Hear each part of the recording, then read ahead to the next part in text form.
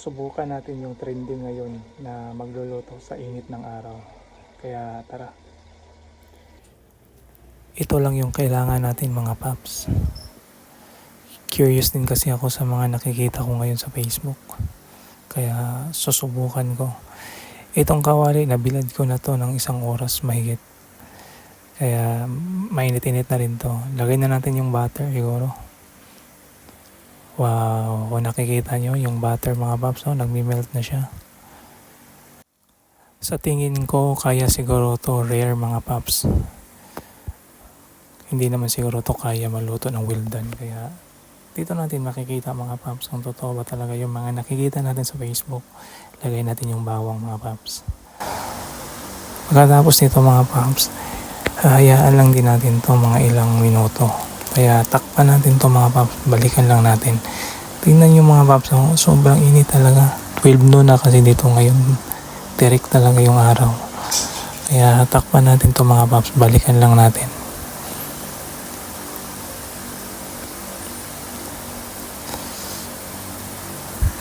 Hirap mga paps pag ikaw lang yung nagbibideo. Ngayon mga paps, balikan na natin ito. Lagay na natin yung beef mga paps. Sa sobrang init umusok siya mga paps. Tanong ko, kaya ba kaya to? Siguro rare ang kalabasan nito. Takpan natin ulit, balikan lang natin mga paps. Ngayon mga paps, binalikan ko na, kaya tingnan natin. Wow, ayos parang hilaw ata. Hilaw mga paps, parang hindi to kaya. Yung butter lang yung nagda-dark, pero yung laman parang posible to. Hayaan na naman natin to ulit. Takpan na naman din natin to ulit mga paps. Balikan na naman natin to. Takpan natin ulit mga paps. Balikan natin to ulit. At ngayon mga paps, ito na. Yung kalabasan niya parang malabo mga paps. Kaya siguro mga paps, sobra pa to sa rare mga paps. Kaya isa lang na siguro natin to sa apoy siguro. Isa lang na natin to sa apoy mga paps. Parang hilaw to. Sasakit yung tiyan natin ito. Salang natin sa apoy mga paps. Ngayon mga paps, nandito na tayo sa kalan.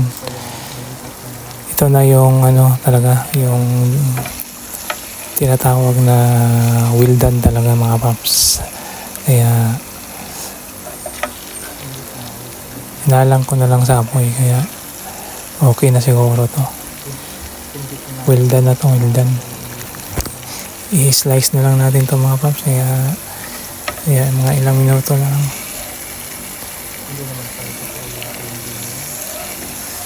Napakasarap nito mga paps.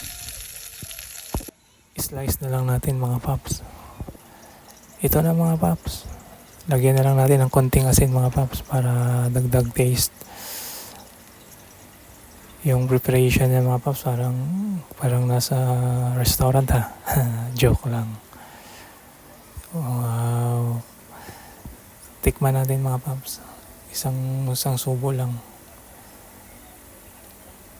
Okay mga paps. Pwede na. At maraming salamat sa nakapanood. Huwag kalimutan mag-subscribe. Thank you.